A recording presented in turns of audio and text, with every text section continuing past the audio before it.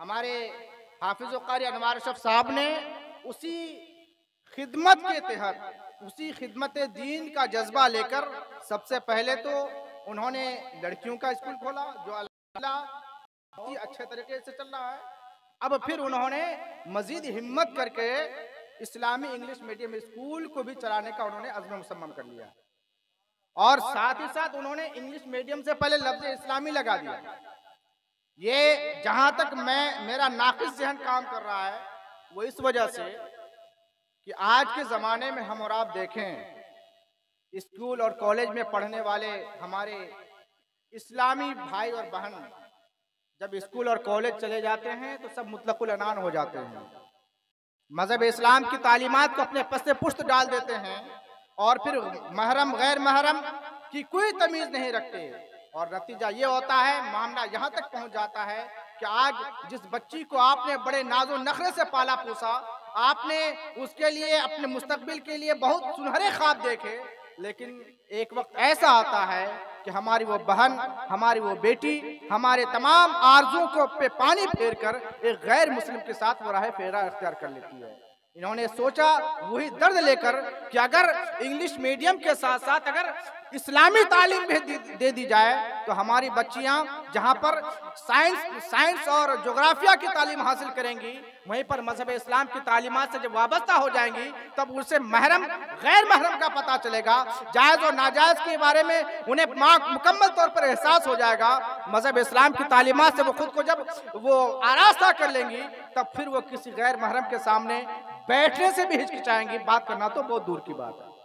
और जहां तक मेरा जहन काम कर रहा है कि जब इस माहौल में हम अपने बच्चों और बच्चियों को स्कूली तालीम दें, जिसे हम और आप असली तालीम कहते हैं, अगर ये तालीम दें तो हमारे बच्चों की दुनिया भी सुधर जाएगी और हमारी बच्चों की वो उखरवी जिंदगी में भी सुधार आएगा। और ये बहुत ज़रूरी है। आपको हमको अच्छी तरह आप अच्छी तरह जानते हैं, अल्लाह तबारक व तआला ने हुजूर नबी करीम सल्लल्लाहु अलैहि वसल्लम को नबी बना करके भेजा, अपना पैगाम भी भेजा कुरान मुक़द्दस की सूरत में। कुरान मुक़द्दस की सबसे पहले आयत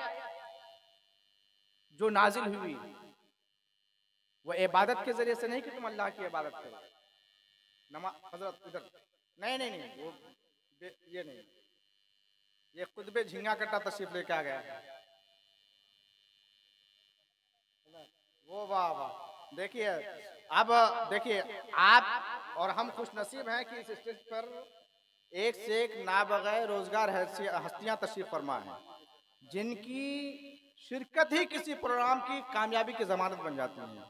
आप देख रहे हैं कि हमारे नकीब आज़म सीमांचल हज़रत हाफिज़ कारी सद्दाम हुसैन हमदमपुर नबी साहब और फिर हमारे बड़े भाई साथिया मुकर्रम हज़रत अल्लामा नैयर आलम साहब जो हैदराबाद में खूब अपने मतलब डंका बजाए हुए हैं, और फिर हमारे मुफ्ती ज़ियाउर रहमान साहब भी तशरीफ ला चुके हैं। आप क्यों सामने आ गए? अच्छा है ना? चलिए, तो मैं ये अर्ज़ कर रहा था कि सरकार दो आलम सल्लल्लाहु अलैहि वसल्लम के ज़रिए से कुरान का जो ये बहुत बड़ा तोहफ़ा हमें और आपको मिला, उसकी सबसे पहले आयत अगर निकली नाजिल हुई है वह इक़रा, जिसका माना ज़हन अल्लाह ताला ने मुसलमान बगैर तालीम के अधूरा है। और जानते हैं बल्कि सबसे पहले हज़रत आदम अलैहिस्सलाम को पैदा फरमाया और उससे पहले अल्लाह ताला ने फरिश्तों से मशवरा किया कि मैं आदम को पैदा करना चाहता हूं, तुम्हारी क्या राय है? यही मशवरा लिया। तो फरिश्तों ने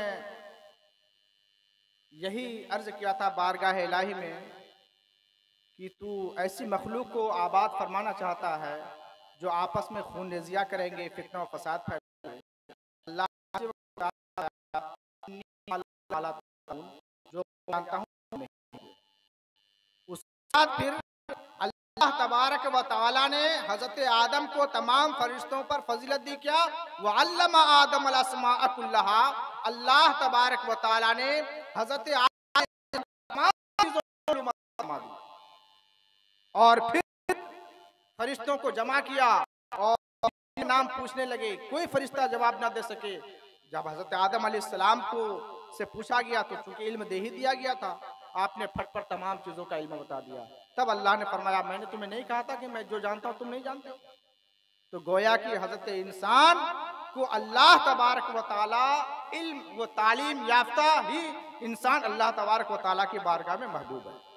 इसलिए अपने बच्चों को आप ऐसे स्कूलों में जहां पर असली तालीम के साथ साथ इस्लामी माहौल भी हो, इस्लामी तालीम भी दी जाए, कुरान मुक़द्दस की तालीम दी जाए, नमाज की तालीम दी जाए, रोज़ा और हज व ज़कात के मसाइल बयान किए जाएं, ऐसे इदारों में अपने बच्चों और बच्चियों को जरूर आप दाखिला करें। क्योंकि आगे चलकर अगर आपका बच्चा कलेक्टर बन जाए, डीएम बन जाए, तो फिर डीएम बनने के बावजूद, कलेक्टर बन जाने के बावजूद, किसी बड़े ओहदे पर पहुंच जाने के बावजूद अगर आपका जनाजा हो तो उस डीएम बाप को किसी आलिम की जरूरत न पड़े, बल्कि खुद वो आगे चलकर आपकी नमाज जनाजा पढ़ा सके। समझ रहे हैं? यही असल मकसद है इस्लामी इंग्लिश मीडियम स्कूल कायम करने का।